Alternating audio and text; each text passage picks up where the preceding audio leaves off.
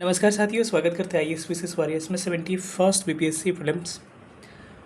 जो भी जब से एग्ज़ाम हुए हैं लोगों के बहुत सारी समस्याएं हैं। कई लोग खुश हैं जिनका मार्क्स अच्छे आ रहे हैं। बहुत सारी चीज़ें हैं, अभी तक प्रोविज़नल आंसर किया गया है। बहुत सारे आपके डाउट्स हैं कि क्या मार्क्स बॉर्डर लाइन पे है, क्या प्रिपरेशन करनी चाहिए, किनको करनी चाहिए। कई लोग ऐसे भी हैं, मैं क्लियर बता दूंगा, जिनको 72nd की तरफ मूव करना चाहिए, 72वीं बीपीएससी की तरफ मूव करना चाहिए, कई या फिर एईडीओ की तरफ मूव करना चाहिए। दोनों का सिलेबस लगभग कॉमन है। ठीक है, बाकी एईडीओ वगैरह के लिए अगर कुछ करेंगे तो जल्द वीडियो अपलोड करेंगे उसके बारे में।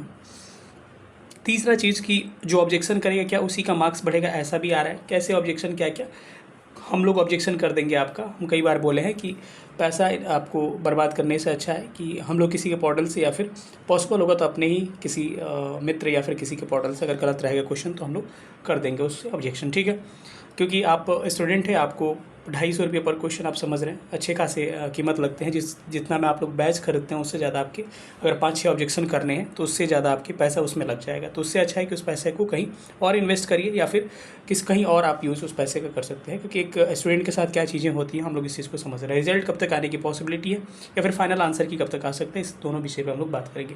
चलिए सेशन को स्टार्ट करते हैं। जो लोग भी नए होंगे चैनल को सब्सक्राइब करिएगा, और आपको तहे दिल से बहुत बहुत धन्यवाद कि जो भी इधर वीडियोज़ आ रहे हैं बीपीएससी के क्षेत्र में, आपका पूरे यूट्यूब पे 35 के मात्र सब्सक्राइबर होने के बावजूद भी पूरे यूट्यूब पे जो भी मेरे वीडियोज़ आ रहे हैं, सबसे फास्ट देखने वाला वीडियो पूरे यूट्यूब पे। कहने का मतलब मैं भोजपुरी गाना और इस सब का कंपेयर नहीं कर रहा हूँ, मतलब कि बीपीएससी के रिगार्डिंग 71st बीपीएससी के रिगार्डिंग जितने यूट्यूब पे वीडियो पढ़ रहे हैं, सबसे फास्ट में व्यू मेरा जा रहा है और सबसे अधिक व्यू मेरा जा रहा है। इस चीज़ के लिए आपको तहे दिल से धन्यवाद, क्योंकि जो लोग भी हम लोग हैं आज आपकी बदौलत है।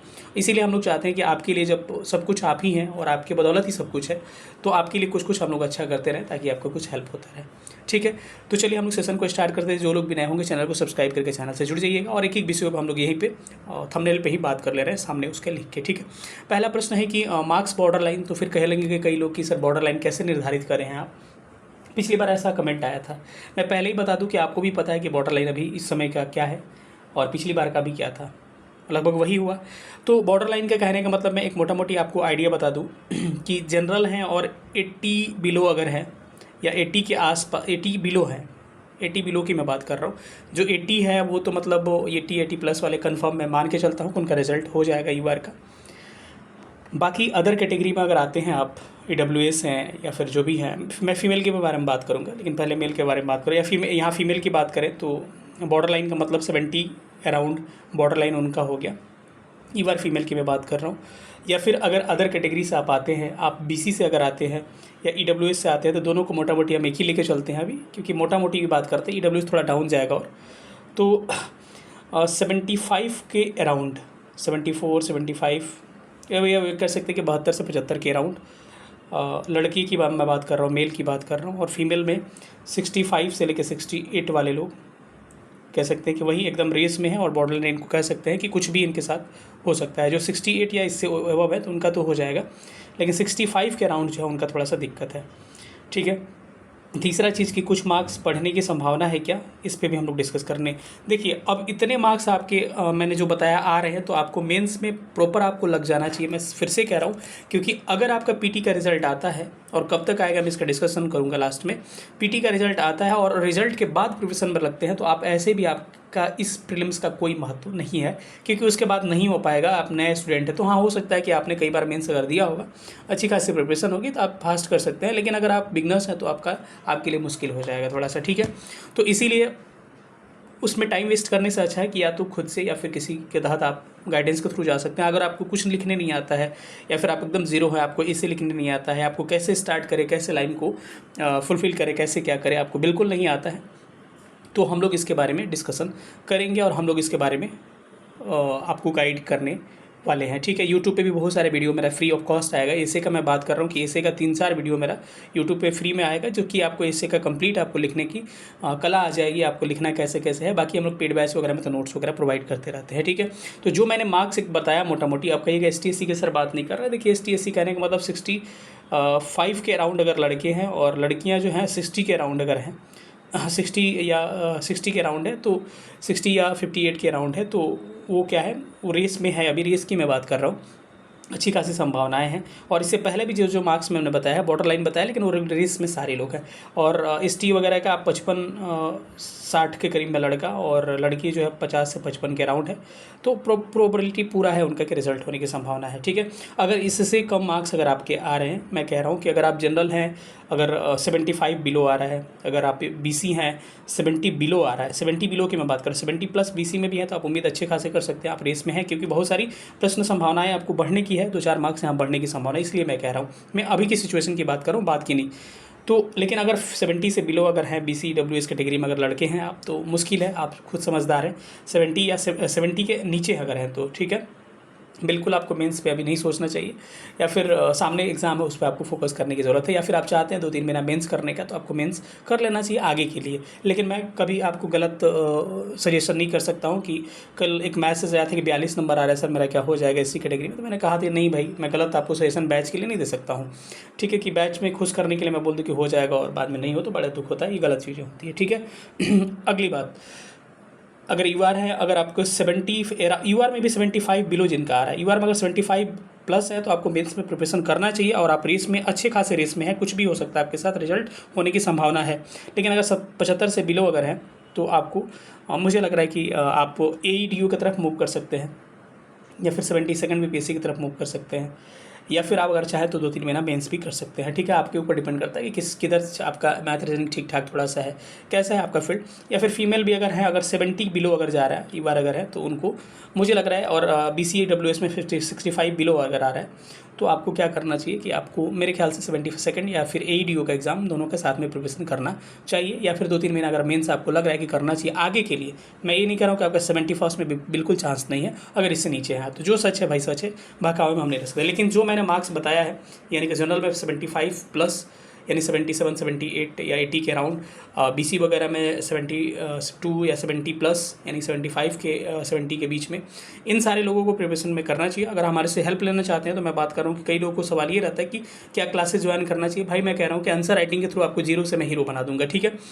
हम लोग का सेशन क्या क्या मैं सबको आपको बताने की कोशिश कर रहा हूँ कि आपके दौर में अगर क्लास करिएगा तो क्लास मेंस तक करते रहिएगा, आप आंसर राइटिंग लिख नहीं पाइएगा। लेकिन अगर आपको लग रहा है कि आपको शुरुआत करना चाहिए, आपको कुछ नहीं आता, फिर भी हमारे साथ जुड़ सकते हैं जीरो से। हम लोग सारा चीज़, आपको बहुत सारे तरीके होते हैं ना कि पुराना कॉपी भेज देंगे किस तरह से लिखना, आपको पूछना है कुछ हमारे से पूछ सकते हैं। 24/7 आपका पर्सनल मेंटरशिप आपको अवेलेबल है, ठीक है। इसमें आपको हिंदी इंग्लिश दोनों मीडियम में बैच होगा, GS1 GS2 और ऐसे की कंप्लीट आपको स्टडी मटेरियल भी प्रोवाइड की जाएगी, 29 सेक्शनल और 6 फुल एंड टेस्ट दिया जाएगा, और एक्सपर्ट फैकल्टी के द्वारा कॉपी चेक की जाएगी। कॉपी चेक अगर देखना है आपको तो हमको मैसेज कर सकते हैं, आपको हम पर्सनली कॉपी जो चेक किया गया उसको आपको दिखा देंगे, या फिर इसी वीडियो में सोचेंगे कि लास्ट में आपको एक बार कॉपी चेक दिखा देंगे। हिंदी इंग्लिश दोनों में अवेलेबल है। ऑफर कल तक था, लेकिन बहुत लोग कल 100 लोग लगभग इंक्वायरी एक्स्ट्रा किए थे और एडमिशन नहीं लिए थे, तो रिक्वेस्ट किए सर एक दिन का समय दीजिए, तो हमने आज और कल 2 दिन का समय दिया है कि 22 सितंबर तक आपको इसी फ़ी पे 2000 रुपये आप इनरोल कर सकते हैं। लेकिन 22 सितंबर के बाद से 101% मैं कह रहा हूँ कि फ़ी हमारा जो होगा 2500 होगा, क्योंकि हमारी फ़ी अभी बढ़ी नहीं है, ठीक है। तो आज और कल 2 दिन का समय दिया गया। आप इनरोल करना चाहते हैं 91 17 16 63 47 पर व्हाट्सअप करना है आपको, व्हाट्सअप करके हमसे इंक्वायरी ले सकते हैं, या फिर चेक कॉपी देख सकते हैं। ये बैच जो 22 सितंबर था, लेकिन दशहरा के कारण सारे कोचिंग बंद हो रहे हैं, पूरा पटना का हॉस्टल बंद होता है, तो हम लोग इसको 5 अक्टूबर से स्टार्ट करने वाले हैं, ठीक है। तो ये सारी प्रक्रियाएं हैं। बाकी क्या क्या मिलेगा मैं एक बार बता दूं। वीक में आपके 2 टेस्ट करवाए जाएंगे, सैटरडे संडे को। उस टेस्ट का शुरू में आपको स्टडी मटेरियल प्रोवाइड कर दिया जाएगा, बाकी उससे रिलेटेड कोई टॉपर्स कॉपी होगी पहले टेस्ट की, पहले लोगों की पुराने बैच की, तो वो प्रोवाइड कर दिया जाएगा। कहीं दिक्कत आएगी कैसे लिखें, इंट्रो में क्या लिखें, मेन बॉडी में सब चीज़ बताया जाएगा। हिंदी इंग्लिश दोनों में अवेलेबल होगा, ऑनलाइन है ये, और पूरा सिलेबस कवर किया जाएगा इसी के माध्यम से, ठीक है। 29 sectional plus 6 full length test होगा। एक्सपर्ट फैकल्टीज आपको क्या करेंगे, कॉपी चेक करेंगे। 24/7 आपको मेंटरशिप अवेलेबल होगा। सबसे खास बात हमारा कॉपी चेकिंग प्रोसेस है वो देखिएगा, और पर्सनल मेंटरशिप सबसे खास बात है जो कि काफ़ी ज़रूरी है।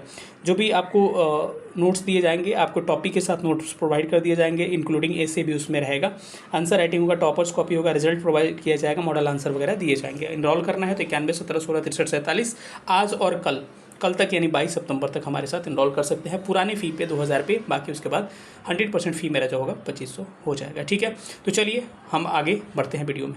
अब थोड़ा सा आगे और बढ़ते हैं और इसमें हम डिस्कशन करने वाले हैं कि अभी क्या करना चाहिए। तो मैंने बता दिया है, तो 72nd की तरफ मूव कर सकते हैं या फिर मेंस प्रिपरेशन कर सकते हैं 2 महीना, क्योंकि हमको लग रहा है कि जिनको अगर टाइम वेस्ट करना है, मैक्सिमम हमको लग रहा है 80% लोग टाइम वेस्ट करते हैं इस समय ओ में कि होगा नहीं होगा, उसमें बहुत सारा समय निकल जाता है। तो टाइम वेस्ट नहीं करिए। अगर टाइम वेस्ट लग रहा है कि हो रहा है तो आपको मेंस 2 महीना कर लेना चाहिए, या फिर आप AEDU की तरफ मूव कर सकते हैं, या फिर 72nd बीपीएससी का अभी से तैयारी कर सकते हैं। ठीक है, क्या कुछ मार्क्स बढ़ने की संभावना है, इस पर हम लोग डिस्कस करते हैं। देखिए, कई लोगों का क्वेरी है कि सर इतना आ रहा है, अगर घट गया 2-4 नंबर, तो मैं कह रहा हूँ भाई आपका 1 नंबर भी नहीं घटेगा। ठीक है, अगर आपने प्रोविजनल आंसर की से मिलाया है तो आपके समझिए कि कुछ परसेंट लोग ऐसे होंगे शायद जिनके घटने की संभावना है, शायद किसी का भी नहीं घटेगा। ठीक है, आप बढ़ने की संभावना है बिल्कुल। एक क्वेश्चन तो 100% गारंटी लग रहा है मेरे को कि मेडल वाला डिलीट करेगा ही। बाकी मैंने 6 क्वेश्चन बताया है कौन कौन डिलीट होने की पॉसिबिलिटी है। इसके अलावा कई लोग मेरे को कमेंट किए कि सर इस क्वेश्चन में संभावना है, ज़रूरी नहीं है, या फिर मेरे पास मैसेज किए तो ज़रूरी नहीं है कि मैं जो मतलब कि नहीं वीडियो में इंक्लूड किया मैं उसको कंसिडर नहीं किया हूँ, या फिर मैसेज का रिप्लाई नहीं कर रहा हूँ तो कंसिडर नहीं कर रहा हूँ, कमेंट का रिप्लाई नहीं कर रहा हूँ तो कंसिडर नहीं कर रहा हूँ। सारा कमेंट और सारा मैसेज मैंने देख लिया और जो भी कंसिडर करना चाहिए उसको मैंने कंसिडर किया है।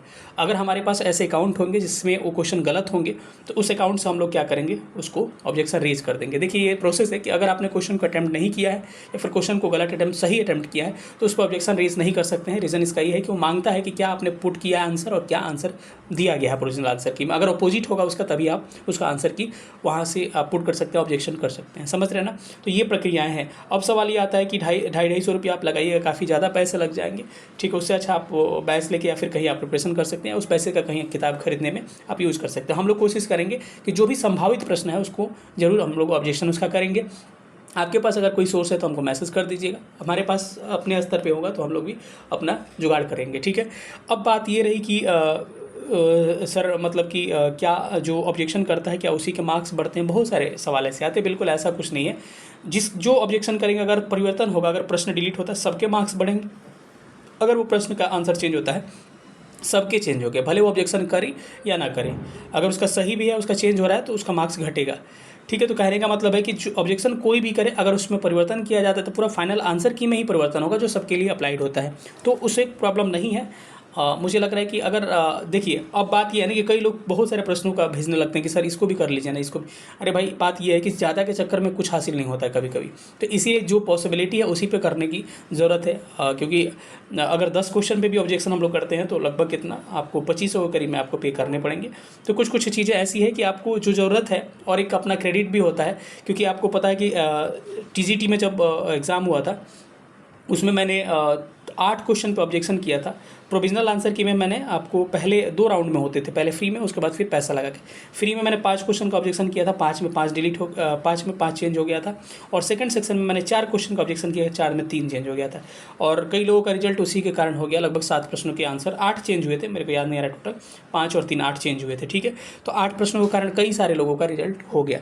ठीक है, तो बस बात यही है कि ऑब्जेक्शन कोई भी करेगा, मार्क्स सबके बढ़ेंगे, आपको परेशान होने की जरूरत नहीं। आपको लगता है कि पुख्ता साक्ष्य है तो हमारे पास भेज सकते हैं। वीडियो कौन सी है मैं आपको वीडियो पिन कर दूंगा नीचे कि कौन सी वीडियो हमने बताया कि ये पॉसिबिलिटी है कि डिलीट हो सकता है, कितना % चांस है ये भी बताया। ठीक है, तो ये चीज़ें है। रिजल्ट के बारे में बात करते हैं कि रिजल्ट जो है कब तक आने की पॉसिबिलिटी है। तो रिजल्ट आपको अक्टूबर में लास्ट में, यानी कि आपको दिवाली के आसपास रिजल्ट आपको आने की प्रबल संभावना है। दिवाली छठ के आसपास रिजल्ट आपको आ जाएगा, यानी कि 20 अक्टूबर के आसपास, उसके बाद 20-25 के आसपास रिजल्ट आपको आने की प्रबल संभावना है। अब हम बात करते हैं मेंस का। अगर आपको प्रिपरेशन करना है तो आपको मेंस अभी से लग जाना चाहिए।